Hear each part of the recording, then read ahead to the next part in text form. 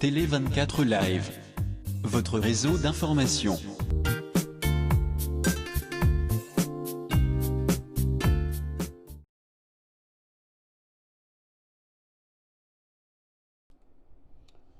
Bonjour, bonsoir. Na batutu bazotala biso sur tele24live.com ezalingai Jili Poya Lama Alain Kindeki Toronto, Canada. Ndeka tolobaki soki masolo ezali ya koloba tokoya na émission na biso Booster, eza émission na beto bapesaka ba sujet o etali social makambo ezoleka na communauté partout bato babengaka bapesi sujet na bango ale toye tolobeli yango. Lobi eza dimanche, eza émission na biso ya makambo ya politique ya mboka, tolobela makambo ya mboka ba o nyonso baza na mposa pe ya kolanda émission na biso ya politique, émission na bino bokoti lobi pona tolobela makambo ya mboka na biso Congo. Na rappeler lisusu ndenge na lobaki na bando rappeler ba consigne pona COVID-19 na esili ba ka ezomata kaka na Toronto, tomoni ba ka emati ezomata na Québec emati, donc partout ba ka wana ezomata ya maladie ya COVID-19 non ki se monanité yango na baki to bando rappeler ka ba consigne sukola maboko no souvent salela gel désinfectant na yo lata masque parce que ezali na public okotambola sa masque te sinon te bakoki ko futisa yo amende. Donc c'est ça eloko na baki na bando rappeler toujours ko rappeler to se protéger bien que nzambe azobatela biso mais yo moko pe mutu soko za na na moi omi batela. C'est vrai que eza période moko difficile parce que jusque là ba misala misusu batu ba perdre ba misala ebele, mais to sala nini tozotala rande ba bimisa vaccin de balobaki yango tozozela mais na yango il faut omi batela ndeko na yo, batela voisin, batela ba collègue no ya musala soko zoka bien te, reste chez toi à la maison. C'est ça ilo na ina loba toye nde tolobaki natiaki titre depuis naloba au courant semaine mais tant des akité parce que biso tout okenda misala tant ko ça na semaine ezaki te yango tolobaki na weekend tokoya pona ko beta masolo oyo bandeko na biso babengi na biso bino ya kosakana te kopesa tozwi na ba photo ba image ya titre on a tiaki depuis na semaine na profil na ngai to moni ndenge ba photo biso no totali ba photo totali pe ba video ke ya ndeko prophète oyo azali na kata mboka oyo akendaki kobala mwasi mususu kuna na mboka na biso ya Congo. Mwasi wana avandaka na mboka ya Europe mais bakendaki kuna na Congo babalani, mais awa pe ndeko prophète wana azali na mwasi na kati ya ndako ya libala. Donc ndenge nazoloba boye ezali neti akomi na deux femmes oyo azali awa na oyo ake kobala kuna na kini ezali mariage coutumier batutu bamoni ba photo wana kaka ngai te so bokoti na Facebook ya mwana mwasi wana bokokuta ba photo ya mariage ezali. Alors esalaki nini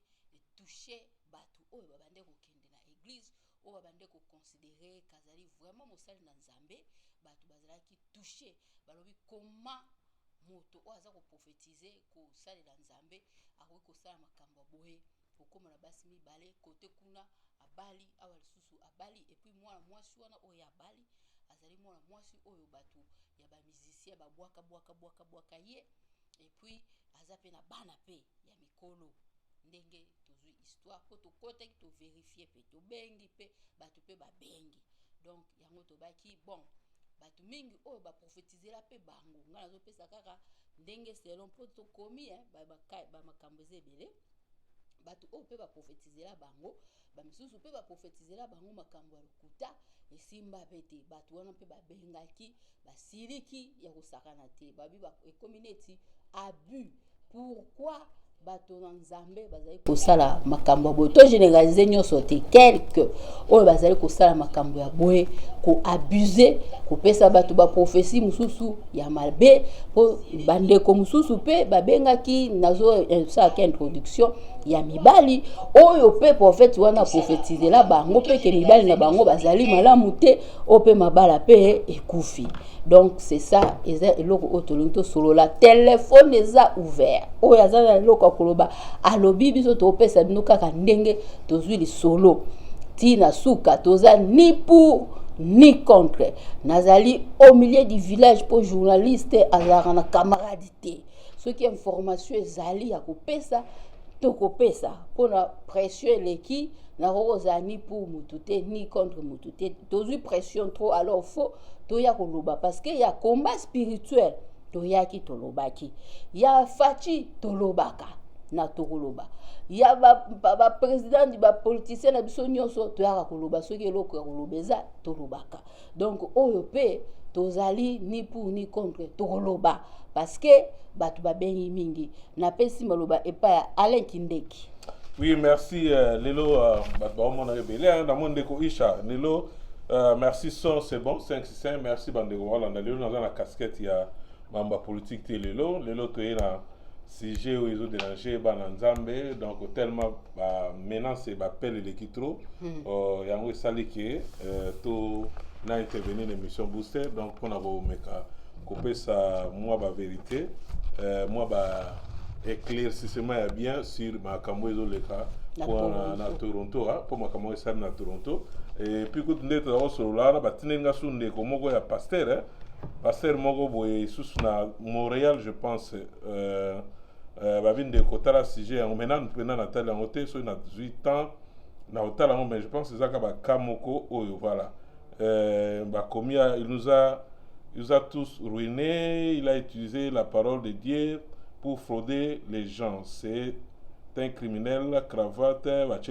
awa. Donc, pasteur Azanakati à Montréal. Donc, Kombonae Mouinda. Donc, le reste, Togosolango après, Bautotine Lango, Basijan. Donc, et ça, Bazo se déranger trop pour ne pas siger. Donc, on a pas meka. Couper ça va éclaircissement pour na mamou ou ezoleka. Premièrement, tout le monde a vu sur la photo de Tambolaki, bandeko, bazao c'est la 16h, l'état va sous la côte pour bandeko, ba benga et belé, mais tout côté télévision, la radio, tout c'est la bango, bani tout ça. Je pense qu'après, bah on attend, il y a autant la émission oyo nengezo kende. Et puis surtout côté ango parce que bah intéressé biso moi ba te belé. Normalement tout ça la penda. La sujet na yo va na plateau beti solo mais so na ye pona opesa moi ba vérité na ça peut ba bonne fête ba Thanksgiving ba ndeko belé à Toronto Canada wa tous en fête donc ba misala yo ngati mardi ndeko Didier Nzenza mais ndeko Sandra ça ba te belé ndeko Isha na ba te so na Canada so poza na wapi et puis ndeko Francis ou ba zo côté belé le temps au kota na ko émission to opesa bino pe ba bonne fête na bino pour na masolo ezoleka awa na Canada. Voilà. Vidéo tambolaki, ba photo tambolaki. Donc indépendant na sujet malem mais l'état ba ande comme suspect ba côté ba vérité les années. Pourquoi to bo cha photo parce que boyebi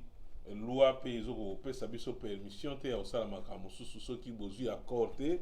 ya banini. Donc signaler déjà que na bengaki ba concerné bato baza na kati ya makambu oyo esalami po eza pena makambu esalami ya solo côté prophète na biso ya Canada na komelaki ye na zwa vérité côté na ye en tout cas prometteur nga o rappeler depuis mardi mercredi jeudi na rappeler sous jeudi soir pour appeler sur vérité ya makambu eleki en tout cas abenginga te côté concerné na okena ba kombo benda ya ba famille te na kena kombo tous moi ba garde de fou moi belé côté ndeko na biso mwasi Nicole oyo aza na Paris mais ma kamone salamaki na Kinshasa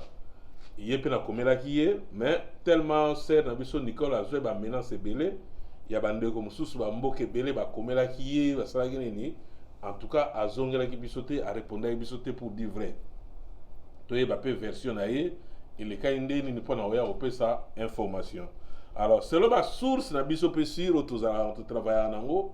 oyo sala ke to za peu information à bien avant to ya ko diffuser yango puis to pesa lisolo nango ke za te ke to beta lisolo to yebi mutu na makolote nde to zo ki ba explication niyo surtout nengeza ba contradiction pe ebele na lisolo yango. En tout cas ndenge histoire ba pesa biso ya ndeko o ya France na ndeko prophète histoire mo banda ba 2017 2016 ba banda déjà histoire wana et banda passe biso mo personnellement ba benga biso ba lebele voilà to beta lisolo ya ndeko na biso pasteur prophète ke ba beta ki ye ba sala eboye. En tout cas nde to sala toujours to benga ki prophète azonga te na ba conseil to zo ki pe ba to passe to zo pe na bele maneti o ya lelote to fanda ki na mo calme.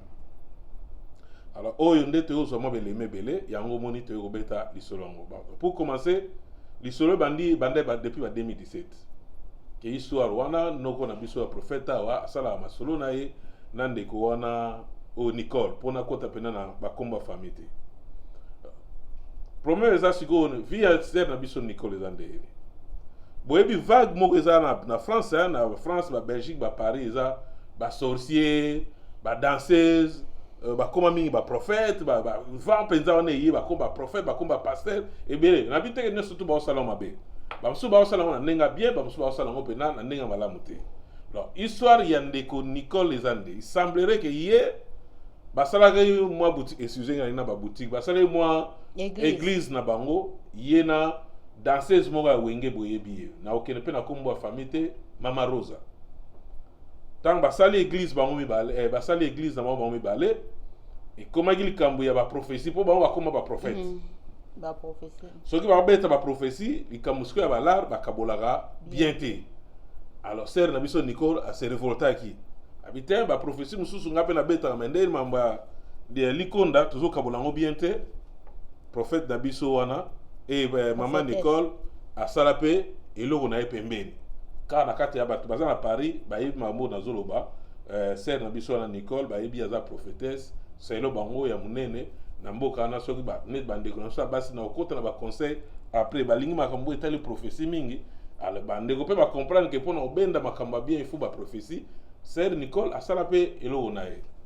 Alors pona l'église etambula ba ba yebele esengaka faut ko benga ba pasteur mususu ba prophète mususu ya libanda ndezo sala ke ba séminaire et sala ke ba to ba comme belé. Donc pour bref pour te conclure côté wana donc Mama Rosa na sœur Nicole bakabwana suite à nini likambo ya lar bakabola bien te pour ba prophétie na bango ndenge basala ni pasteur na biso prophète na biso a quitté Toronto depuis février son abosente de masolo ba pese biso yango depuis février akenda Congo Kinshasa nde sika bakendaki kokutana na sœur na biso Nicole basali pe makambo na bango bakutani basali kam na bango libala sœur Nicole nana ni basali mariage ndenge bomoni ba photo wana mariage coutumier et salamaki mais ba contradiction pese belé na okota na expliquer bato pe ba benga biso libala salamaki ndenge bomoni wana ndenge salami ndeko prophète azui avion makamane salamaki na Toronto ba yebite. Ben, il semblerait toujours maman abiso prophète et maman pasteur, maman prophète. Donc moi si un prophète dans le Canada à Toronto, il semblerait y a yeba qui soit wana déjà parti tant au prophète avec na kin. Abandé ko ningi saye,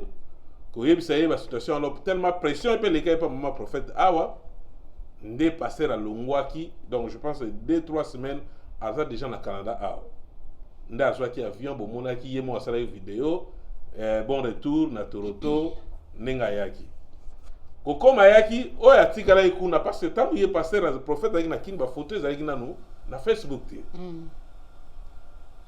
tant prophète arabi ke kuna pe isamne masolo ba betel biso ayebi sisko mwasi na ye wana sœur Nicole ne makambe baby na Toronto il faut na kende na ke no bongisa siko sœur Nicole a digéré ki angote. Donc koti moi zuwa na kati makambo wana ndezalaki tango passer azui avion aye na Canada nde siko mama na biso Nicole ya prophétesse oya azaki na Paris kenda kilo babala na prophète na biso oya awa pour na bona éviter ka bakombo nda ye ko poster ba photo ba photo bomoni wana eza soki ba trentaine be ba vingtaine ba photo mo boye tamboli. Effectivement maman ni comme ta balance ki on pona yo tikinga na wana zu apona mwasi na yo wana nanga pe nazo balancer yo ko ya e ya nda balancer ba photo wana tant pa prophète akomi azaki surpris komona ba photo wana na toi na ba Facebook. Alors technologie est comment avancer bana mboka bazwa ba image wana ba copie yango ba tindi ba tinde ba tunyo so biso to zo ki yango na ba video wana eza na Facebook. Bande omsunde to zaka boye o ba supporta biso baza samba bayeba lelo oui lelo ndeko na biso na kozala na problème bato ba supporter nga na yebi bango te ba ko ba supporta pe prophète na biso bazali ba se plaindre na likambo wana te ba comment ko attaquer sœur na biso wana na réseaux sociaux na Facebook. Est-ce que libala oyo sali oyebi mutu wana za marié en tout cas sœur wana Nicole makambo nazo ba so azolanda pas ça yebi ke na osala émission lelo a bloqué ba sœur ya ebele surtout ya Toronto oyo ba komelaki ye ba faire voir ye situation ezoleka na kati ya mboka awa. Alors pona siko ba ngape na ngala kota bena na vie ya bango wana te na ngala ke mingi na mambo eta l'église. Meneti batu pe balobaki mingi na ngala talisa mo muke po balobi gende kwa na kangisa akangisa mafamu wana bien sala divorce asala boye to mege ko contacter ba avocat ba bato ba loi ba yebi loi ba mege ko expliquer so situation oyo ndeko na biso prophète asala ki alongwe ake ko bala est-ce que maman prophète oya awa ya Toronto oyo babali abali légalement est-ce qu'on peut porter plainte. On a situation ezoleka oyo pasteur asali eloko babengi bigamie eza polygamie. C'est-à-dire que a escroquer a yebisi mwasi azoke no balate asana mwasi na ndako wana babenga ngo bigamie. Alors polygamie ezali ngana sana mwasi na ndako na keko bala deuxième femme ayebi ke ngana sana mwasi na ndako wana babenga polygamie. Mais bigamie on ndeko na biso bandeko bele basalaka baswani na mwasi na ko prouver akena kina bali wana nde babenga bigamie. Donc oza escroquer donc o escroquer mwasi bozana na ndako. Alors mariage bamba sala keza mariage coutumier. Mariage coutumier na kin bazo reconnaître en côté. Non, na Canada plutôt. Ba o reconnaître en côté. Na kin bazo reconnaître en. Mais na Canada nde ya kenda obala wana ba o reconnaître en côté. Donc c'est la biso ta porter na plainte à moins que akende na ambassade na biso ya RDC. Azua ba document ba biloko tout amoni que za preuve pour na mariage wana a légaliser yango nde a kotisi yango ko sala ke ba ke na mariage ko bali a escroquer. Alors na makambo nyonso muto ba escroquer ezande sœur na biso Nicole. Parce que Nicole pona ye a yebité que pasteur azana mwasi ba prophète azana mwasi na ndako. Mon histoire les allait a yebité que prophète azana ndako ye ba escroquer. Alors soki et que maman na biso alinga sala ndeko prophète mabe ako porter pe plainte na kin. Donc na kin ye na mwasi na ye eloko basali soki ba yebi bango mi balé no ka ba balé ba yebi ya ko porter ba plainte à partir à kin. Donc sœur Nicole nam prophète na biso nde baza bato kama à partir à kin. Wana histoire ma mketo ngato kende pona ko pesa conseil na ba mama na biso o soki aza pena toucher na makambo ya yebité na selon histoire des amis. Mais entre-temps ba message ba appel ezoya pona ndeko prophète pona ye ndenga yebisaka bato baza na Toronto awa. Donc ti ba vanda kana mama o wana en tout cas nazo boya pendo tanga komo na ye ba vanda na mama na cher neza la mama passer avandi mais papa prophète avandi ye a présentaka mama te kaza mwasi na été. Eza na ba jeune fille mo ba benga bazore na otanga ba komo na ba honte baza na Hamilton nde ba yebisi biso balobi biso to yebi ndenge prophète ayebisa biso keza mama ya mukolo oyo abengisa prophète na mboka oyo na Canada.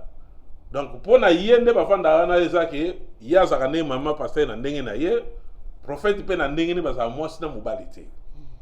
ndenga na yako zwa ta ya web sanga bite aza pena mobali na ye parce que ye mtabengisaki bandeko ya Hamilton bobengaki na baki na olobango na émission sana tanga komo na bino azalaka mwasi na ye ya ndako. Alors ndoki toke nous bamona ki directement à conseil parce que makambo c'est commis pour dans sur maloba aux questions sur les allées na otuna na oloba bande ko prophète bino bozote ya biso na église mamba nzambe boyebisa ko banga nzambe bani tout ça siko la situation o biso zoza ngai na iba muninga zuyo atiki pe mibale bela po ba ibisinga ser na biso na pas ba déception bele awa nde sale ke pousser akende alukas ko mobali banda pona awa pena na mboko azwaki tellement ba décision ebele déception voilà ba déception ebele musuze akabona tenter chance mikolo na kokite na mekana no mona muke peut-être bolinga ngo pe osimba de to monaka bana mike na mikolo lo vezo kene bien ndenge amekaki nda mekai se na biso ayaki mais lelo comme chantage et passer na biso parce que surtout ki prophète wanaza prophète esizenga tuzaka tusolaka bien mais journaliste lobi na mama journaliste daga amina kanini na libanda ya minda oyo na ba camera to solola na biso po meyate me ngana sana métier na ngande ezali ser na biso atiki ba mibali awa azui vol na epo ndeko baswaki en Afrique du Sud. Je pense que ndeko na biso prophète wa mona ki ser wana ti ba mona naki ti ba échanger ba photo mona ki soka dai mukolo so da mona muke mais alors nde baso bisangai prophète wana za na 40 azana ba quarantaine ser na biso wana azana ba cinquantaine. Je ne sais pas moi na 10 ans akobota mwana lokola prophète wana donc ndinga zolo ba ke mama mobimba eza moins impossible na biloko wana tozomona ba musicien baza soka musicien za na mwasi na ndako so alingi libanda oyebiso ke na mwasi na ndako au moins yebiso ke na mwasi na ndako mais prophète bino bozo banga parole de Dieu tala ne ozo blasphémer na no ke ba ke mama donc mère wana nda vanda ka tuka na benga ala mama te parce que toza ba presque ba génération moko mama nda avanda libanda avanda wana aza mama oyo nde asala ye na Canada aza mobali na mwasi na ete ozotala niveau ya mutema mabe ndenge ezala siko lelo nga na église wana na bato basambela so naza na problème na mwasi na ngai nako expliquer prophète wana awedenga na nini parce que bango mo vérité na munoko exact donc na église alors ba écoute mission fana ko mango plus 18 boke ba prière moko ba parla lango bazo salela bato ba langage ozo bima na parla na ocha video na ocha audio wana boyo ka parla langue ozo bima na église so wana tozo ke nozwa ki ndumba na église ou be tozo ke nozwa milimo ya ba divorce na église po ba parla langue musuto oyo ka te ba bêtise na ba bêtise ozo bima na kata église na yebite peso parla langue bima na église wa mais na ocha bino audio boyoka maloba ezana mboka yo le temps to continuer masolo na situation za na bandeko téléphone eza ofungama oya kubenga abenga histoire yango wana mais eloko ngala so déplorer nde yango parce que na yoki pe mingi ba mama situation ezo so mingi za bino basi ba mama faut boza ensemble pour cause na bino yoka na quand même okomona mama situation akwe iboye muta ozo critique na moni kutu ndeko mo akomia faute ya mwasi ye moko sorcière siko yebisa muta kwe parce que mwana mwasi mwa azalaza mama za mukie soko solo ne ka bien na lito ya ko pesa bolingo ningo ser na bisha pesi bolingo soit disant nde ya mwa azo mimona aza mwana parce na kitata azo mona na pena na ite mwana azo mona na wesekane soki ezate penda mama parce que babilo mususu ba na boyi pena bona babilo ba sensible ko cha video mais comment na mwaso yake ko bala kutu sikoyo na mwasi opo nga na yebisero aza awa na yebi très bien to banda osambela bango ba église bani tous ensemble na lelo nde azo ya peine ya zo sala musala comment na bamomi balondire o wana kutu ndaza mwa mkolo makasi c'est là histoire tozui ye kutu pasteur wa mama wana abota na musicien moko ya Congo ya munene ya Congo na bota na Congo abota musicien alors moi na bango wana comme des grandes filles comme soki Samantha soki na bilo mo ndengo na tangi kombo ya mutute pour bino bo mesana o atanga ikoma mutu mais comment na bango mibale oyo kutu ya biso awa asa jeune fille par rapport à wana parce que ye tiki mwana mukolo soki mama mukolo oke ko bala suma mukolo yebisa est-ce que zala yozo landa ki mama ou bien osaki la ki jeunesse parce que ba fille ba bengi ngayo ba benga na Milton ba za ba jeune fille donc ba longwa Milton ba yaka prière na Toronto pona ba donc lelo na Toronto e koma ba keke na église na bango mususu tuzana ngwawa soki esili ba 15 et 16 heures bango nyonso ba se retrouver eza ba église mba les opesa ba prophétie ne ba yisinga moko eza na Mississauga ya pasteur mo prophète mo boyebi bato na bata Toronto o bazotalanga ba yebi prophète na olo mususu yo ndeko musu asali oyo tozotanga tozobeta masolo ne sikoyo donc ba ke spectacle sikoyo c'est-à-dire que ba yoka ba prophétie ya bato oyo na ya bango moko oyo nini oyo nzambe soit disant ba prophétie baloba bandi kuna na lalo pona basi situation ezali je pense que maman na akoiko ndenga situation za nango akoiko se suicider ako sala mabe parce que ça situation moko délicat mobali a bana relation mo depuis 2019 ake a Bali 2017 et puis ba photo ebimi bozo condamné ye tant pour mbala kekini ya oyeba ne mbala ke akoba je pense qu'il faut soutenir ne ba maman biloka boye po ba biloka boye sala mape mingi te bakana na oyo ba betelinga ba kai belé na to président de la communauté congolaise à Toronto voilà sujet yango ba passer ya solo o ba sambela ya solo moi je pense qu'il faut travailler na biso po ba bilo mususu biso tozwaka ba passer ba ko yebisa bino ngote po bandima so banga bango na bango bazana songi kuna tozaki na situation église munene excusez-nga na do mona na fongola moi parenthèse église na do mona eza na désordre excusez-nga le mot désordre na do mona ko église à combat spirituel mais bata mama olangi bazaki na problème à toke na église ya mama olangi bo excusez-nga na sabino ordre na moni na quatre église ya combat spirituel eza après église catholique ba nini na chez église wa okuta ba docteur ya ba médecin bazali ba docteur ya classe ya classe bazali au moins la passer azote ya bino azana na niveau de titre mo so sentir peza ke et puis situation ya combat boyebi yango tolobango a na télévision to assister bata combat ti na ba église na bango mais oso sentir ordre en tout cas papa Alain Olangue excusez-moi tanga komono merci coup de chapeau na musalo sa église wa oso sentir ordre na kata église wa obungi nzela nde makambo elekaki ya ba pesio chance na yo kende na bon va continuer nzela na ba moi je pense que l'église nde ba kosela batu makambo nous tozaki to bayamba biso na église wana nde balobaka bakanga ba demo na kamwa église a kombezo yamba biso tosambela kuna te akeyo bayamba biso nazaki surpris comme église ba batutu baza na mulimo ya soki nini mendeli ba yamba biso bo bref wana ezaki pona loba mais lelo binzambi oyo ekomi na mboka ekomi cop d'abord ba passer na bobukana obi cop lelo na miki na ba Paris ba ninde komi ba passer nyoso ba komo bena ba danseuse il paraît bata au moins ba danseuse ba sala kombo wana vague kasi yango ndeko na biso tellement la okende Paris trop akekuta na vague wana po ba danseuse wana mingi ba koma ba prophète ba danseuse ba wana ba koma ba chekulero ba tout ba ko yiba mi oh tout boyeba ba sena miso mi yibi ba tanga ba kombo wana bango tout ba sala ba église siko cop na ba nini ba koma obimana ba pasteur ba bukana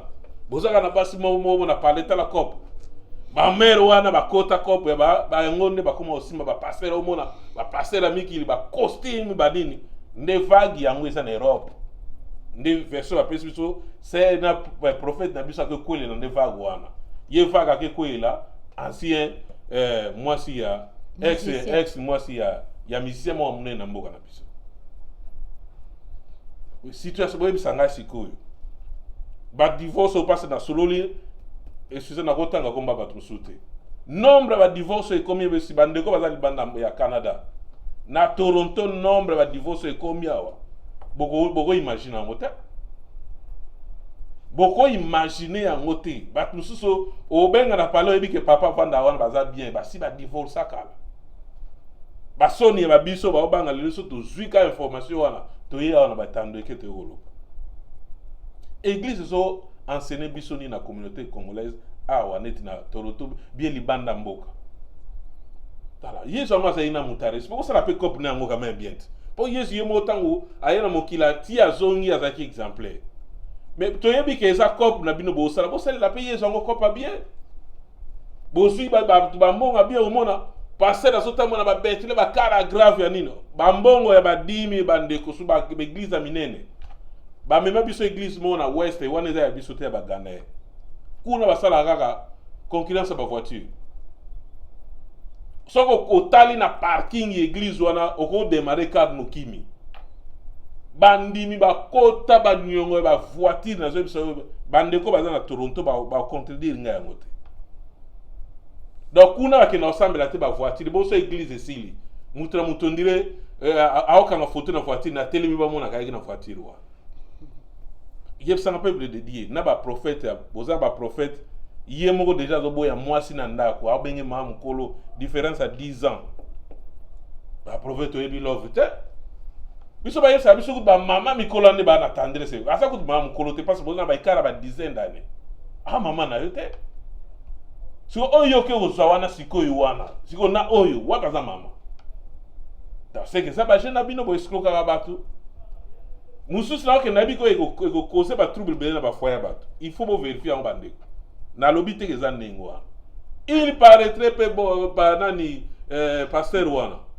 soki prophète wana soki nani as touchaba ba mère batu ba sera batu l'église et puis ba vendre boke funda bango omoni nako kato normal oui vous ça malo na lingala ina beta c'était côté ya ndeko prophète papa prophète nde na lobe na debi nazala nga na amité na mambaba soki sujet za na ye nga kuluba soki réellement parce que moni mutu o a tombé victime ezali maman o azana kati ndako so mona c'est vrai que bat balo boya yebaki te bowe c'est vrai mais mutu aye alingi yo azo selo ba démarche tout ça pour yamboka poto pourquoi na début bobo ya raté olobi que non na koya na ngai te parce que âge no po na début nde batu basala beaucoup tane ozana âge nino boy ezala ka bongot siko soki yo monike ngai na ye ekosimba te pourquoi boyaka otami oloba na début ke na lingi na ngai te donc boyaka boye poto mutasalelo ba démarche ti bo vandi na pedo ozo vanda na ndenge ya hypocrisie et puis ba démarche à Canada démarche à Canada umelaka donc ayebi moi si wana bien donc ba démarche à Canada msusu ezo ba 3 ans ba msusu ba 4 ans mutu kwa salelo ba démarche ti ayepe bo s'installer bo vandi siko yo vandi oyebi dana mutu na okay oyo ngana ye tozana écart ba âge. Pourquoi on peut accepter des marches dès le début?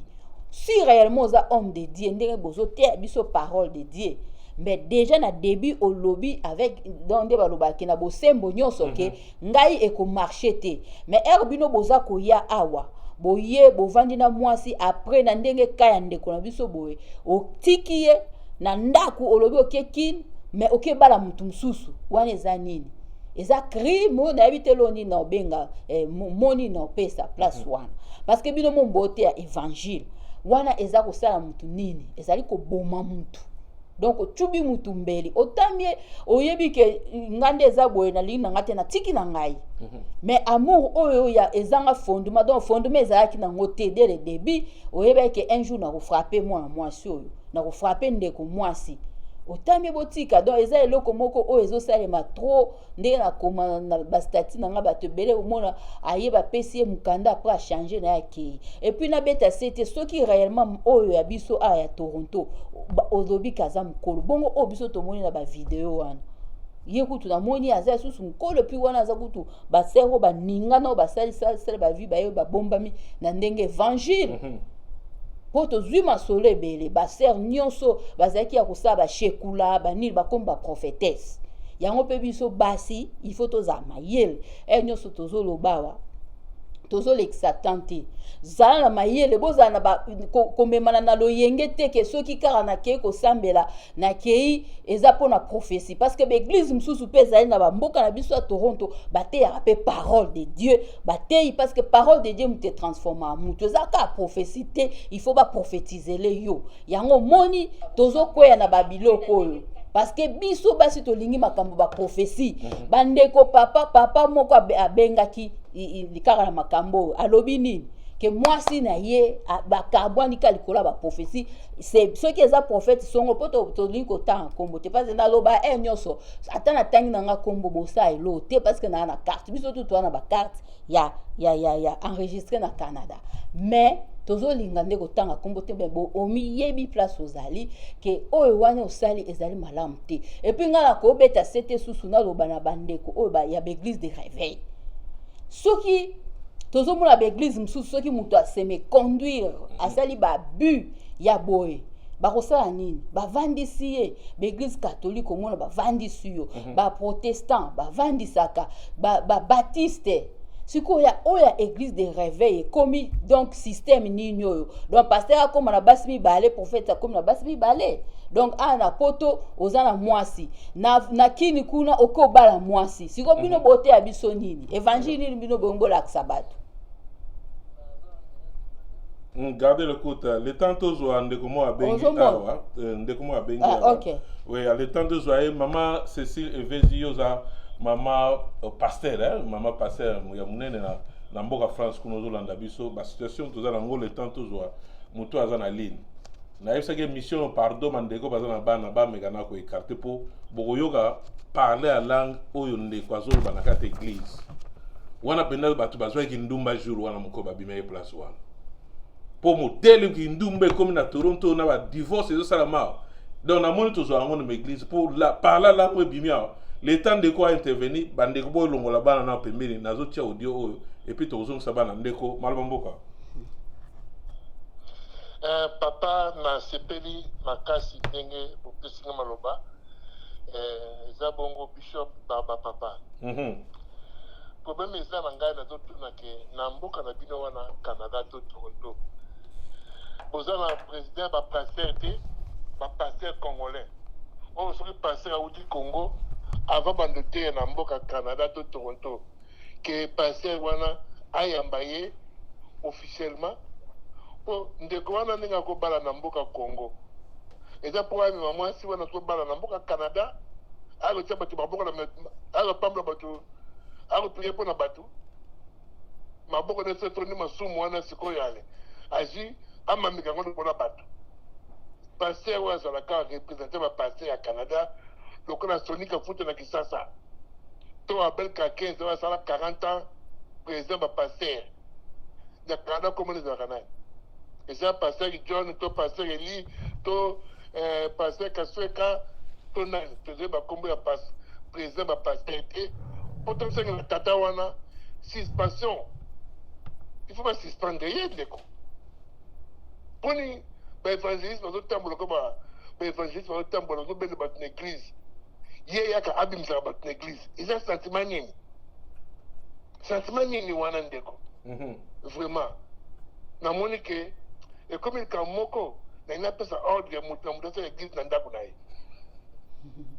comme ça tout tin na dim na besoin offrande na ba centre ba foyer ya ba personnes âgées personnes avec handicap ba aveugle na ba bola ba dime kende yakuna comme ça l'église nous se suspend jusqu'à un nouvel ordre. Merci. Na zone émission. Merci ndeko. Nga na ajouter le mot na bosani pona ndeko wana ya prophète wana. Ndeko prophète wana ya na mboko yo ndeko kaka azwa chance moko na vie bato ba na Canada ba yebi bo landa na afana china bino audio wana. Dans Canada awa bato tout awa za bato babeta presque ba donc 80% babeta akayo. Na ba pasero baza awa oya kuta na yebi na otanga pona osa publicité ba pasero ate ba beta ba msuba ba professeur ba professeur ba onga na yebi ba tangisaka ba pasero be na respectable alia. Mais tipo wana ya na moko yo ata manufacture ni baloba na français baloba ngoni ba misala ya ba mama Cécile fait des manufacture ya ngwana no manufacture ya ngwa asala ta musala mongo te okeno mata carton boya memi moi different continent aya kuta sœur na biso azako organiser atangi ba classe na ye asomi ndaku na ye asomi tuka na ye azana mwa ba kayu na ye po sœur wana azana mwa ba kayu na ye mwa muki ya bien sala omoni biso mo to mito za bando po wana na yebi prophète wana aza pena pire te aza moto solo na ye mais nayebi ke après caméra tokosolola tokoseka mais nga na osala oyo yanga parce nga mpe so na ye zelanga mpo opesanga prophétie na mokona oya na église mpo wana mpe eza mosala no ozosala aye asomba ata eloko te akoti na ndako ovandi soko bandi osala wana nga na oloba ndenge nayebelaka yo soko bandi kosala lelo donc mbongo ozosala yango olingi olia yango na mwasi okutaki azalaki na babiloko oyo ayambaki yo to profile olia yango na basi mosusu omona ingratitude esika ezali kombo ya jésus bozoniokola mpe bandimi mwa badimi tala baprophétie yo sere oke na église ozosala cours nursing ya science infirmière nde toloba na français po soko sisi classe na okoma nani infirmière non bon yo oke na église wana ezosala ke namoni sere moko na église awa oyebi kozosala cours wana ya infirmier soki science infirmier bokorige nga ndeko so pour kande se mati ozosala bakuru wana okomi mpe na neosirisa oke na église oyo nga na asisa prophète azoyebisa yo ke namoni ser moko azawa alati lokola nazo interpréter exactement ndenge alobaki alati biloko moko na matoi lokola badocteur lokola badocteur ser wana kwena se bu baso dino eza ngai nde mutu mais siko prophétie eza wapi place wana parce que soko sisi classe wana okoma nani mais siko tala nde bazo jouer na mutu tala ndenge bazo jouer frère moko na kati église azolanda ngai aza na ligne namoni aza na ligne awa ake na église avandi bamoni no namoni osala na gouvernement Kabila siko frère wana ayebi ata mutu na gouvernement ni ya Kabila ata ni ya Tshisekedi ayebi mutu te frère wana koma na colère moko ya makambo ndenge leka ba prophétie moko nazo soke bana nazo bateto boluka nini loko babengi prophétie. Moi je trouve que prophétie a muteza ye moko tango lamungi na tango okumisi nzambe na lamuki na 5e nde biso to lamukaka to sambeli nzambe merci to lamuki bien. Je pense que prophétie a mwana nzambe lamusinga bien tango nazo lia lipa bien na tango na ke musala na zongi ba prophétie ba miracle na mwana nzambe osala déjà parce que mingi ba okene ba misala na ba osonga te minga na zo zonga ngo miracle ni siko bino bonu nzamba sa et puis nzamba zo laksa bino ndeto zabo ba msuba zo finga biso combien de fois ba fingi biso ma misala ba misala nzamba do bolingi nzambe ye moka kita po munene wana pe to ko mona ngote mi te tia ba congolais ndeto za na oka bolinga kita yo sabino ke passer Alain passer Z passer Y baza ba passer bien tende bondimi Baba acte honnête acte o esalemi mama ezo sala na pasi acte o esalemi bandeko basi ba yaya basi ba mama acte non o esalemi nanu ezolakisa déjà que ezali église moko ezotambola kobanga nzambe te parce que biso nde tozwaka ba sujet tozwaka ebele mais mususu omona msusu tobeti te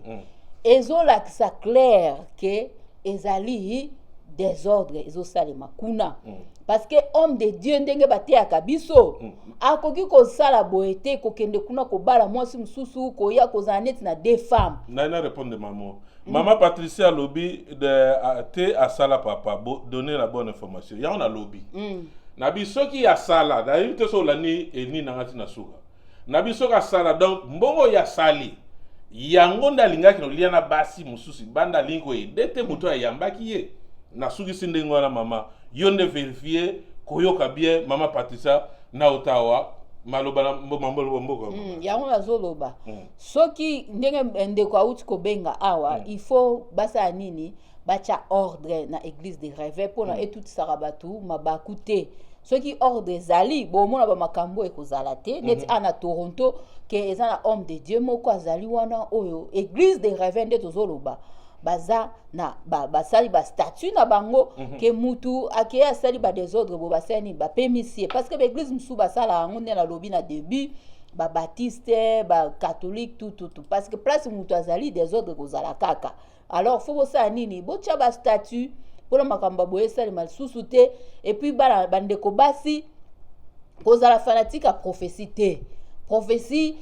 et l'équipe parole de Dieu te parce que ba prophétie et les kaka mais parole de Dieu nde balobi yango nde ezalaka toujours il faut que tu bozalara place oyo parole de Dieu ezali makasi yo moko osali o développer intimité na yo, est-ce qu'il faut ka ba peso prophétie nde changement esa ma la vie non, parce que ba prophétie avant ba peso prophétie nzamba bandano na yo moko a relaxo soit na songe, a relaxo soit na vision, après la libanda eko se concrétiser. Donc yango moli batumi bazo mema bino na ba lo yenge. Pourquoi? Parce que vous avez trop prophétie. Et puis ce que moni bis bande ko biso mingi ya na moni mutazo benga. Allô?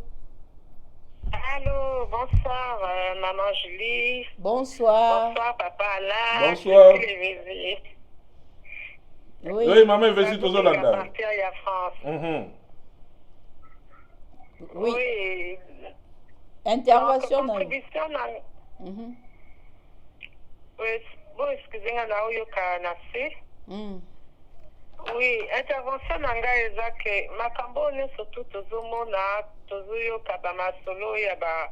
soi-disant prophète et puis ezala toujours prophète okoyoka te mpenza ke bapasteur ou badocteur ou baévangéliste bazosala buzoba ndenge baprophète soi-disant bazosala ngo eza tout simplement ke toza na ntango ya suka et bible elobi ke dans la fin des temps, l'amour de plusieurs va se refroidir. Et c'est l'amour pour la vérité qui va se refroidir. Lelo bate bele balinga kakoyo kalisusu te évangile ya Jésus Christ. Balingi kakoyo kalukuta. Le mensonge règne malheureusement dans nos églises. Et c'est comme ça que des menteurs qui se sont passés pour des prophètes, qui sont en réalité des loups, viennent avec des fausses prophéties qui sont uniquement basées sur le superficiel, le matériel, et qui n'ont rien à voir avec la parole de Dieu, l'évangile de Jésus-Christ, les fruits du Saint-Esprit. Yango batu bakoma kaka séduit par ce discours-là. Donc il ne faut pas tout kamwaka na makambo ezoleka, mais il faut tout ça l'andenge bozo ça la émission pour avertir le peuple de Dieu. Merci maman. Donc vraiment naza ko encourager bino na ba émission bozo ça la pour boza ko contribuer na évangélisation, il y a la parole véritable de notre Seigneur Jésus-Christ. Amen. Merci ma sœur. Donc vraiment il faut pas vous laisser intimider. Bon, continuer parce que c'est vraiment très important. Bisope awa na poto na France.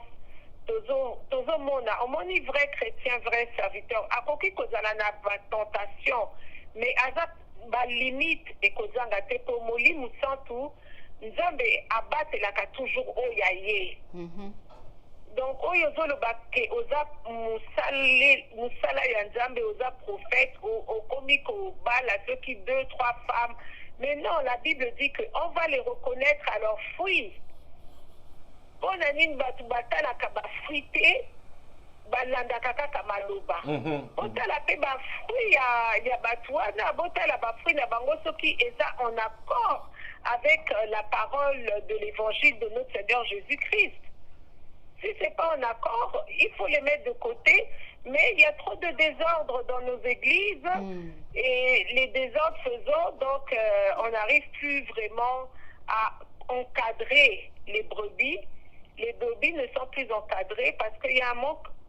d'encadrement dans l'église de réveil. C'est devenu la jungle. Chacun fait ce qu'il veut, comme il veut, comme il peut. Merci maman Jésus. Merci à vous, papa. Merci, maman Julie. Merci, papa, maman. Merci. Voilà. Nacha bandeko bolanda audio ya prière. Hein? Bolanda na audio ya prière. Bino bat bolanda ba parla langue boyebi bo megana no. Sœur Patricia na Ottawa. Yom tolanda ba nini me kana wo interpréter biso. Kotasika. Makata bro soko mandelebe. Mako bro soko makata. Mabro sobra makea bro sakabra. Mabro soko braka sakabre. Inko bro soba katebre kabra. Masobro kasakatebre. Vibro sakabra. Meketebre masobra. Alléluia. C'est nouveau. Dingue de fait. En tout cas, na bandela ngo suka. Makata bro soko mandelebe. Mako bro soko makata. Bande ko bozolanda ngai. Bolandi parla langue. Bino mo boyoki. Makambo ebimi na parla langue wana. Siko Sœur Patricia, mais quand on explique bien, on met la langue belé anglais, français, lingala, nini. Mais quand on explique bien, on parle la langue. Yo comprendre nini. Bien déco, Bishop mo ba bengi so barba papa. Bishop barba papa explique biso parla. Beso yo ki bien te. Na zongo lango yo kango bien. O comprendre ni bande ko Hollande biso. Donc indumba tozo ke nzona l'église bazo pesa biso ba parole ba pasteur ba prophète yebisa ba na prière bona mutuna yo elo ni amalongozo elo ka mbongo penda prière penda ya nengo wana ozi mama na yo ozi papa na yo a pende tuzaka mboko papa na bana mai ba on église po boyo ka ba prière marque wana elo ni tozo. Donc prophète zo laksa azaki concentré ta zakota la sermon na kat église. Alors Moulima il a pité côté lié tellement makamako bimisa. Donc azaki benda place wala prophète azaki envoûté et Moulima m'avait côté là qui. Nako bandela ku ba moya lobi wana te pour ça benda très dangereux. Et là on est au que sur l'église. Pasteur mo ga benga potozo na sujet. Onda et libala wana za libala ya yete a kine ko représenter ndeko na yemoko ya pasteur mususu yemtu azalaki wana le tanto zwa ndeko aloba ezalaki libala na yete yemtu akina ko représenter nde mutu wana papa na ona bi populo mususu soki na solola ki na bandeko wana bapesa inga autorisation nde ba video musu na tie nde ba photo mususu na tie yo ke ko représenter ndeko na video wana o ezotambola 8 minutes bakomi kombo na yo bakomi kombo ya famille ya mwasi oyo bali soki eza libala biso so to bala ba famille baza na kini okomona kutu nde ezalaka leki ou bien mwana ou bien neveu azo représenter yo yi aza wana mais kombo wana ndeza eza ya ngai eza te ke mutu azo représenter bazwaye bache yende bozo so ba biso boponani osomona nde ba se soutenir makambango na beti makambo ndekol baki mais association ya ba parce que dans ça mino ne marche à la Canada soko kotika kula théologie aussi a aux autorisations ko sa l'église na yo ba ming pesa la ka otangi kuro ya bana osilisi ba kozana ni na yo ko sala pe ni na yo ma société na yo ne mona ba passer les ans ba yebi ke muta ko kale ba ngwa zati na mabo organisation na ba ngwa ba soni botangelinga ya ba soni ga futa ba bizala ate ba bizala ate to faire voir bino vidéo ça la faux et ça la vrai ba langage ba passer ba zo kene na ngo lelo na église ezo marché te bosi politique bokoti sin église l'église kuna bozana bata impère bozana bata PPRD bozana bata I2PS boza bata belle tendance sur une église na yo yo aussi pour comme une tendance mon na kat église donc pour dire quoi olingo transformer batinyo surtout ba comme ba soit il y a yo ya PPRD ou bien impère bien ni parce que l'église c'est ça le cola stade makata womokubu makata dibidi makata okondo kubeshe makata papa eza azopesa mundimi mo rendez-vous lelo ko zwango lelo obosa na te ba mosola ki lobi makata makuto bakimibi yango wana eza algadra rendez-vous ni na ki parla langue wana eza ke lelo ko zwango omoni alebe zaki mo contre étape na ki fatigue jeune lelo peta oui makata makoto okomona et puis de type wana biso ningi zo ba organisation to nga da président membre ya ba pasteur na Royaume-Uni awa yeah en tout cas pasteur wana na ni na vérifier na liste ba sponsorisé atanga ango awa te auta bango na kisasa tawa yesi kana mboka bango wana azako tene lingala français makakatano anglais makakatano donc makatadingi akanisa wana langue na ewana ezaika yango na yango donc désolé atangi kuya ya kipasonomi to ki théologie wana tangi yango te atanya ngote to ke sanza mesoni boko tala mama Julie atanya ngote siko yo loba nini kasi ndenge makambo leki boye conseil nini opesa conseil na opesa to longola fanatisme omoni ba mama yo ba mama baza ba mama congolaise bozo ba mamboka ta bino boyaki ono kabila za mwana muke asala ta bomoni prophète ona ye atumbe longo na komi pembe aliye fufudo azolia semulu ta nzunga semulu asali sante babino o mninga azopeta ba prophétie boye ye ndi ika mama sala tipo pour le babota na bango te ngai mawa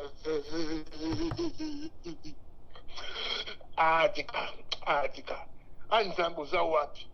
tango zoka tanga noa nzambo tosa ba miracle mais maman Julie passé on tangi classe T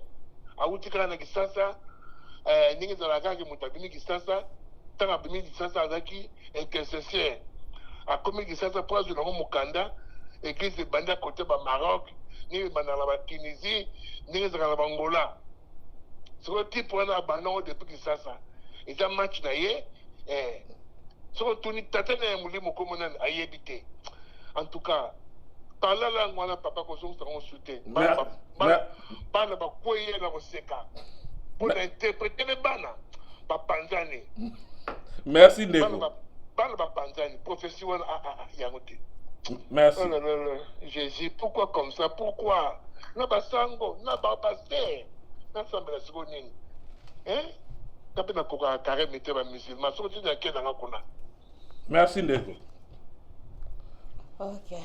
voilà na ozo clôturer na sisa en tout cas bat balandi biso belé bon et la comédie bon tozo seka mais ça passe mingi pourquoi kaka église de réveil ba passer basi ya ba tout moni ba biye belé sem na France to bito tanga et comme na presque partout même na Kinshasa Ndeko ya po sambela ba piéger ga passer muke asa longole bilamba tout atika mutakala zozela donc ba passer ba komi donc on que passer bazo résister souté donc pour mona ke bazo sala musala onde ezate passer fois la mutu monde bozo te yabiso ke balobi fouiller l'impudicité balobi te ke telema zelango so ke ye bandité so monika sera tanto kanga biloko na yo mwisi ya sasa mais lelo kutu ba passer kutu ndeba kutu ba koma okwesa so impudicité ole impudicité kwesa bango passer nda kwesi yango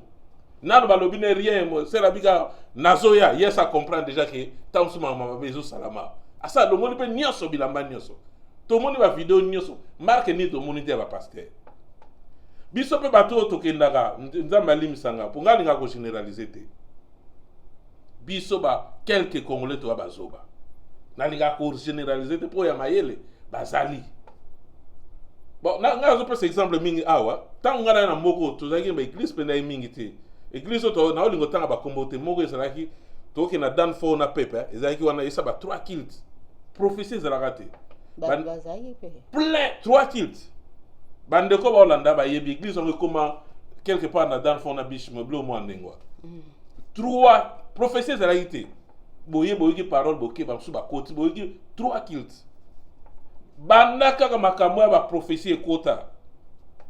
Et puis, il y a un prophète dans l'église. Il y a une église. Il y a un professeur dans l'église. L'église est nyoso. Et il y a un côté 15. Il y a un longue personne. Il y a une évangélisation. Donc, pour dire que pour nous, il y a l'église est 15. À préférence, il y a 15. Il y a malamba, il y a malamba, bako so mundimine oyo bato bazo kima baza 30 balingi baya bazo kima pona 15 oyo te ya ko préférer 15 oyo ya mabe wala ba église yango ezo évoluer te pona ni bando ki bakoma okanga ngana ke na fête ya to vandi to so ra bande ezalaka ba ser ba yebiso to sala mo be mission bani na ye apesi ngambote ser apeska mugongo passer la landi ser wana so la na frère wana na linga frère wana te siko tuna ser atuniye po ser azabena aza proche nanga benda serwana ala benda mwa mutu ya Ndeko abi olinga yete kwa ni po déranger ote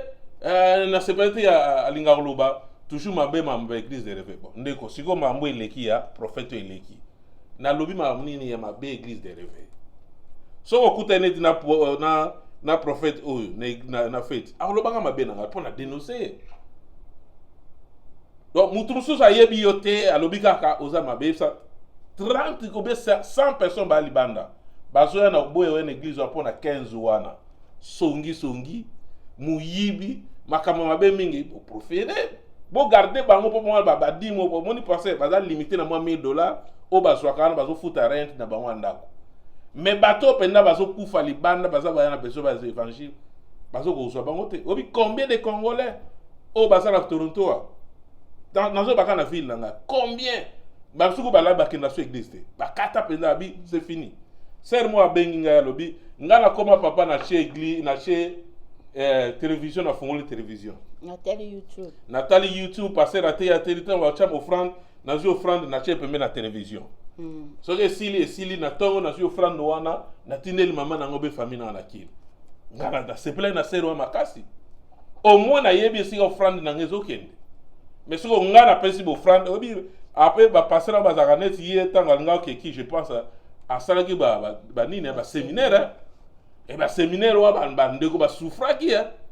c'est même 1000 ko soit 2000 mais ba faux prophétie tala suka ya mbonga ba ke ba na oseme et ko sala o libala c'est liba e ko mutatiki mwasi na ndako c'est liba e ko na bité c'est liba ko ya combien de fois yo on appelle la piste c'est liba e ko asaka bona piste c'est liba o yebi ko tiki mwasi na pale so to lobby bolinga frère wana te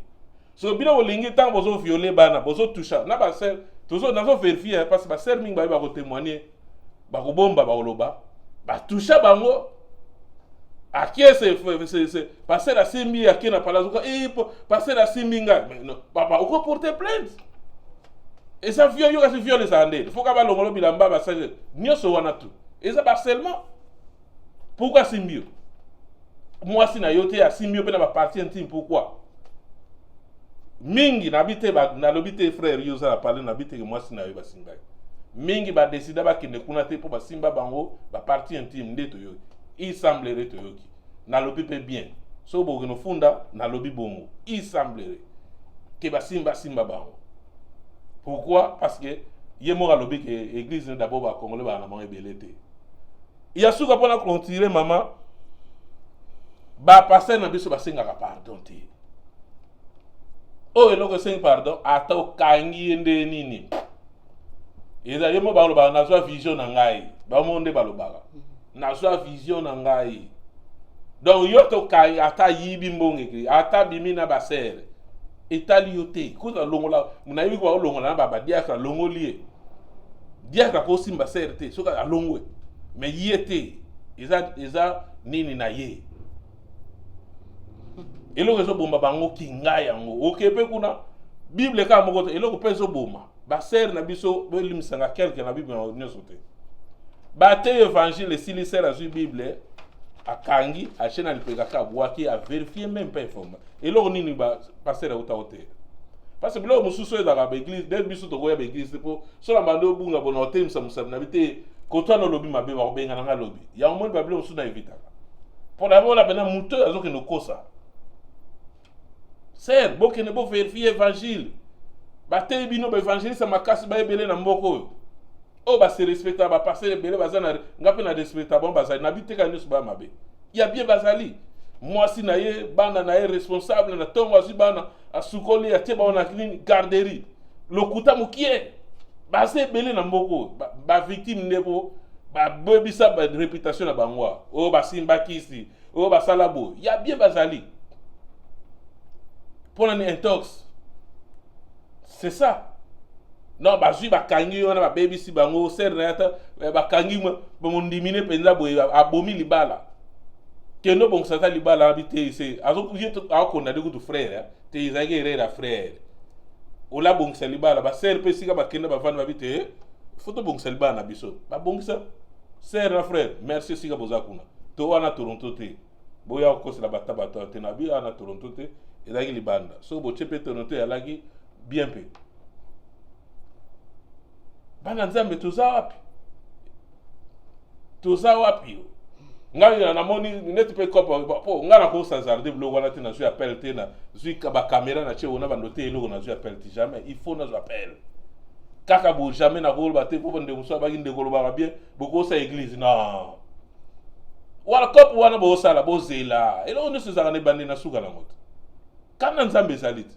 bo somi ba ka bo somba na bino bo koti si na bino ba science wala makambo na nyoso kanda nzambe zali pour preuve mo bilo amikem kenza ma la sabino so iza nzambe merci opinir biso corona bino ba prophète bino ba guérisseur so ba pasteur so ki guérison miracle bo sa ba séminaire to ndima bino bo si sa corona yango moni punition yezali tant so ya grave ça wana ko nzamba pesi biso na to mek bo mekanan mais pe ba passer ba banga na ba oteta muso ake bala na ye atiki mwasi na nako célibataire ko na suki wana nde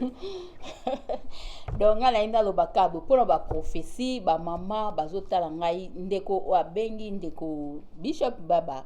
Mongita ndeko alobi boye ba misu ba pesa ba prophétie ya kobota mais esalema te na pesa conseil na bato baluka makamba kobota basi bana basi ba mama bozotala ngai ebele bapesi ba prophétie ya ndenge wana na comprendre nini na makambo eza ba jouer kana psychologie na biso c'est vrai nzamba salaka mais biloko mususu yo moko soko pesi pe accès bat ba kosakana na yo ba prophète ebele ba kwa ba kokosa na bango yo makambo ebele ti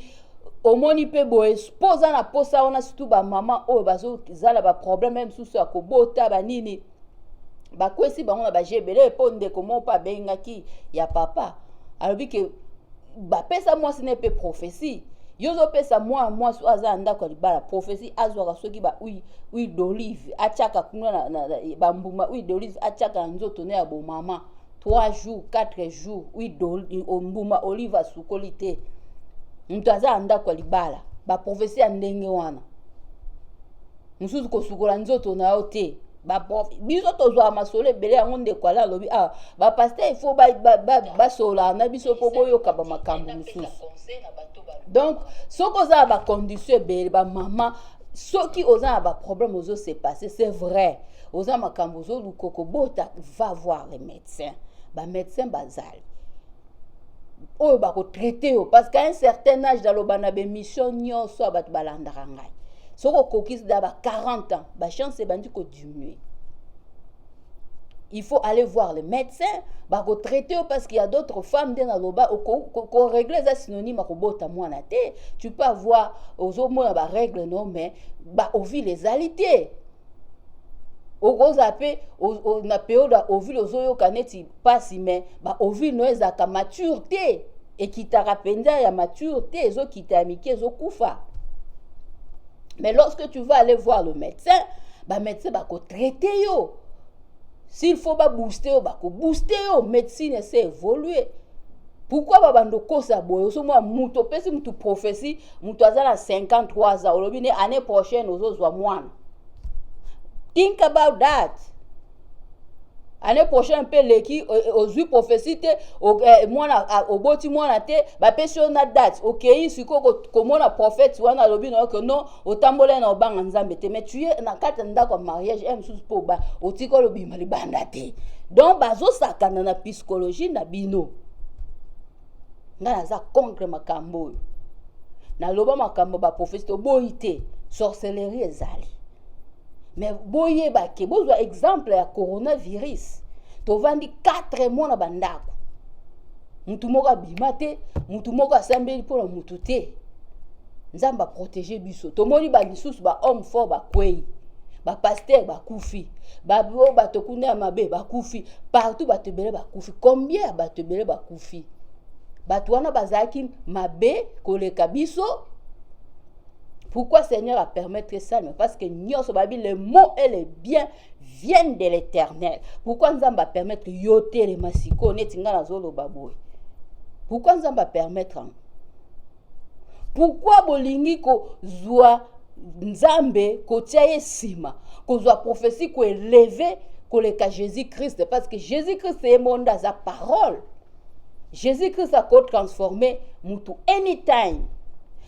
Puissance Nzambe babi, il n'y a pas un esprit qui peut résister devant le nom de Jésus-Christ. Tiens ngona mutu na yo, zala positif. Tika kolanda ba prophétie pamba tala ba mabale belendenge kufiawa tozo ba biso tozo ka ba masolo mususu donc moi tozo regretter pourquoi ba bakabwan pourquoi ba prophétie ya lokuta ti ebomi ba mabala bato ebele pona suki sa couple moko ndoto kaka muninga ka période ya COVID-19 wa mobali bazola pongi na mwasi na moni mobali nzoka zolota bandoto bazwa ko attaquer mwasi na ye siko azosa ndeni nazolala soki ba attaque wana bat bazwa na attaque landa ki une semaine bat bazwa ko attaquer mwasi ye siko azola na sens ko protéger mwasi na zozongisa ba fesse na sima bolimbisa nga azozongisa neta kalebo akanga mwasi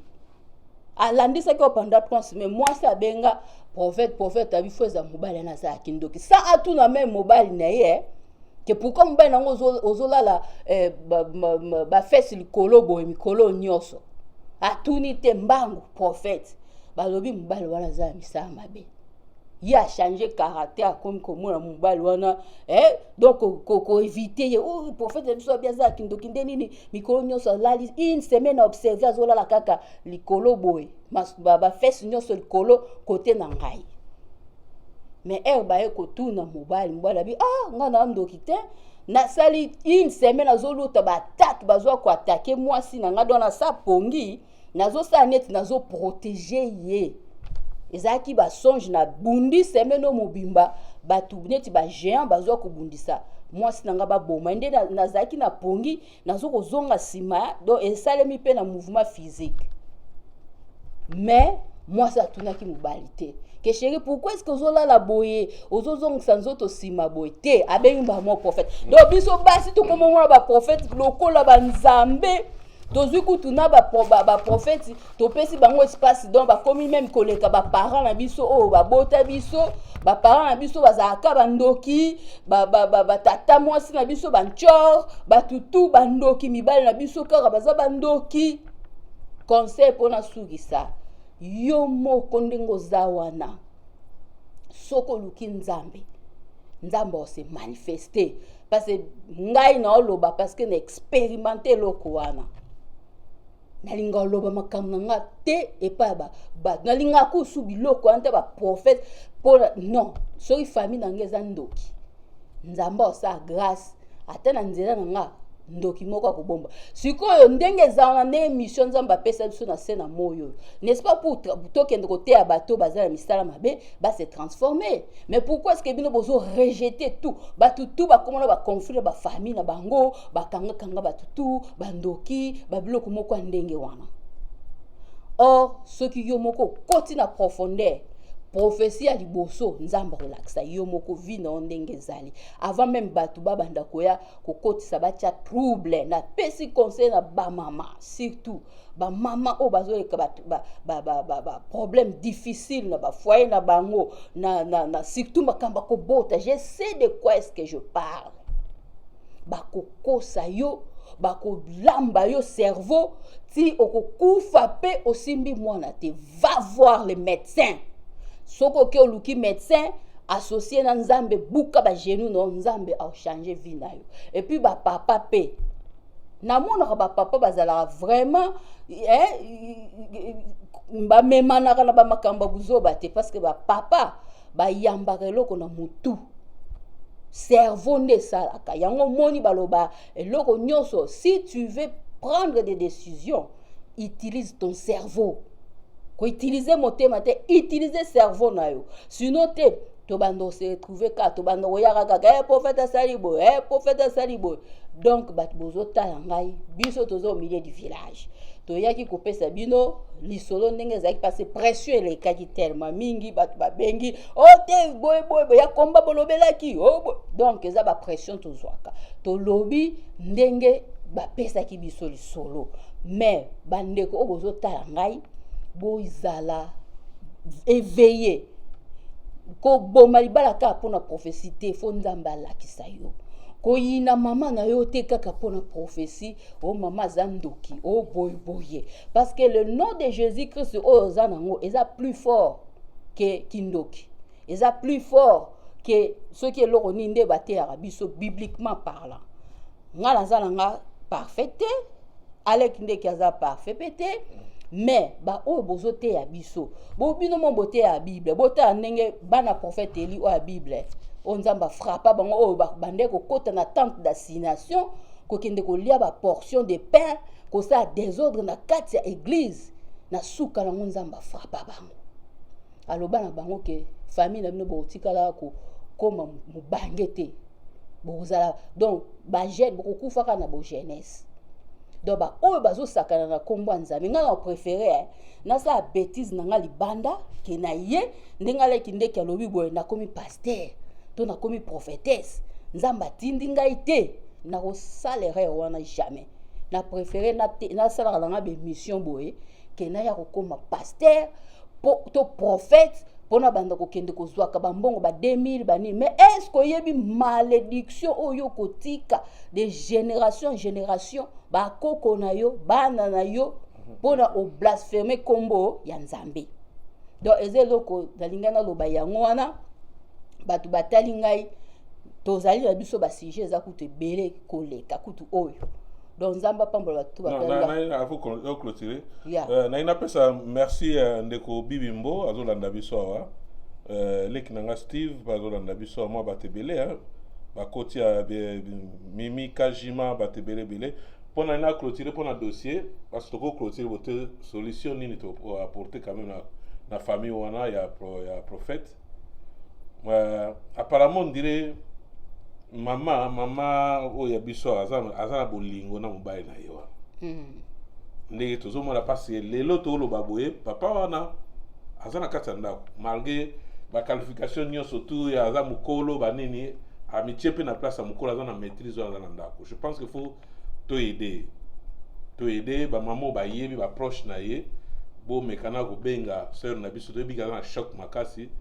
bo meka ko mater sous moral mais passer yo pe côté wana nde oza somo na ngoto ba sambeli yo trop makamozo tika mote mais maman je sais que ça maman monter malamu olimbisa ye mais senga prophète il faut senga pardon. Faut senga pardon na ba sala ba comment ba fidèle na yo pona minute yo ba guerre koti ko ba ndimi na yo bango na bango déjà na bato ba longo église na yo kala ba profiter ba bia. C'est cela dans le bas, vous savez que pardon te mabé na bino. Na benga kiyo, ba teme baza, na komeli yo mbalebele. Tala le mot église mune le la combat spirituel, ba na problème na ke na bengi na solo na ke sur place na zui makambo na ina besoin. Na expliquer église na lelo zo continuer nango, o azo sala ga vi na côté na opi ba sa côté na vi na ba. Mais prophète yo fo le kalibo sa bandimi, o senga pardon sala ki yango ezali bala mutute ya yo. Yom to kenda ko bala kuna soko bala ki peut-être na pression mo basala ki yo kuna conscience ne zongi o sengi mama pardon senga peuple de pardon avant que no chama maboko sur le corona ba message na ngana pesa bandeko balandi biso merci na bandeko ba pesa biso sur information mais na yusi mino biso otika wate lobby dimanche soko ba osanga parce que l'église ezokutana te yao. Mais ce qui est beaucoup de dimanche, surtout to serve investigation place église au bazokuta to okende. Na yesa bino na combat to kenda ki o pe to okende lobi dimanche to zala wana bomba sala. So ki akoti oye ke baboy biso to kota pona ko inviter to ko infiltrer. Ponga la loba pe esalami. To ko infiltrer yo pa prophète. To ko ba kamere ko zala lelo monde comme na développer na nenga aussi. Toko sali lo live ba na kati ya prophétie na yo kuna église biso toza kototo o l'exango live to bitala senge pardon. Il faut au senga peuple de Dieu pardon. Mais na promettre que toko zala na église na yo lobi. Yo sanga na ka to ya. To yeba makambo eleka kuna et puis to ya ko baksane mama lobi suite ezali. Toza na long weekend a. Soki to zuba information lundi toko komela bino sous spécial émission to kendaki. Tala to moni boy na leto déjà mona mai oyebi na biso na bino seta ah naza classe bocha nga dimanche te ah naza invité awa tokoya na église na yo lobby soki bokosangana te ça va mais soki bokosangana tokoya tozwi bainformation mosusu tofilme église toye soko mpe neti nini ya bapaster eza te fu toverifiaka mpe sikoyo est ce que oza enregistre atake paster na mboko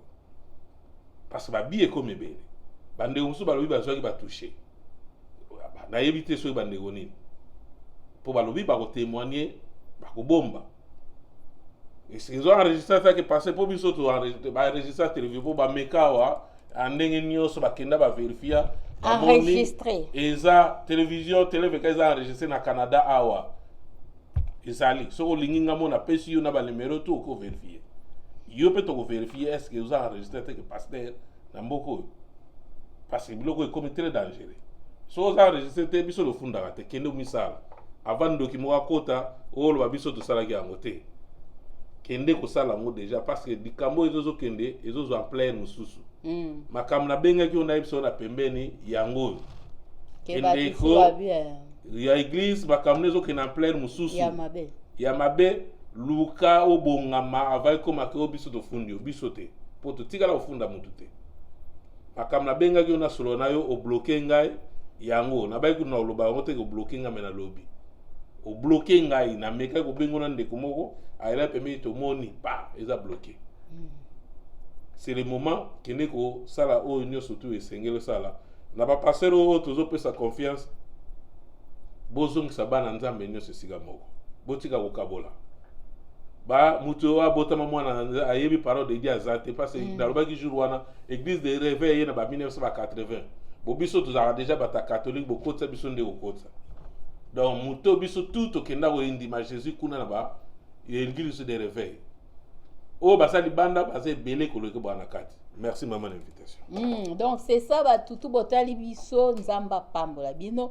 nzamba pambola ba pasteur nyonso baza ana Toronto nzamba pambola bandimi nyonso ya église de réveil nzamba pambola bino bozala nde éveillé ndenge alankindeki alobaki awa vérifier les écritures donc omema na ngulu te kaka na prophétie eleka kolza bolingo prophétie koleka Jésus Christ te linga Jésus Christ koleka prophétie linga nzambe no koleka prophétie parce que nzambe muto abatelo ta nzamba bateli biso na corona a opesi eloko te vent batebele bakufi nde na lobi boye toleki bango na eloko te donc ozala kaka na souci ya prophétie te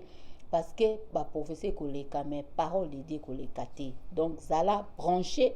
na parole de Dieu kozala emporté te ezelo na ngana loba pona batutu batali biso to lobi toza na émission na biso ya politique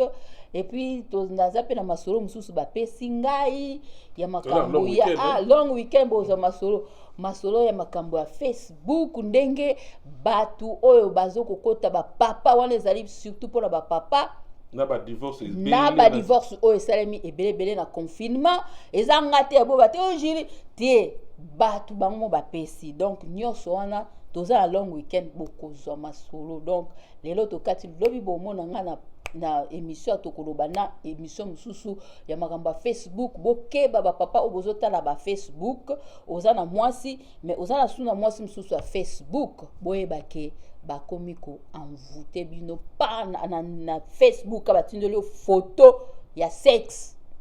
esiri nganga kuna a travailler donc eza lisolo ba pesi ngai o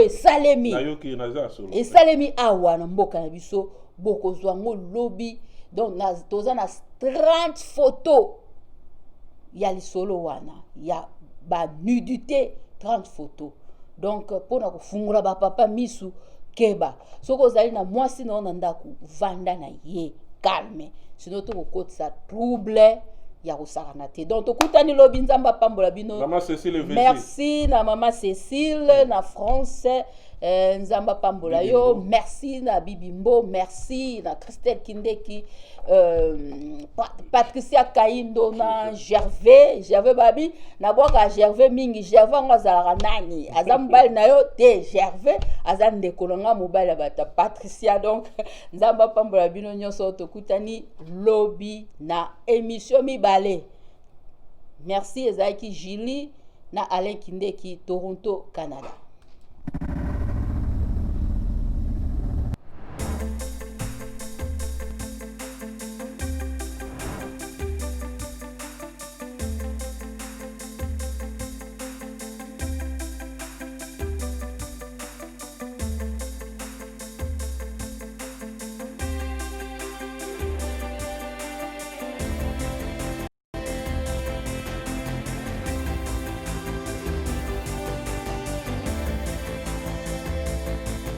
Télé 24 Live, votre réseau d'information.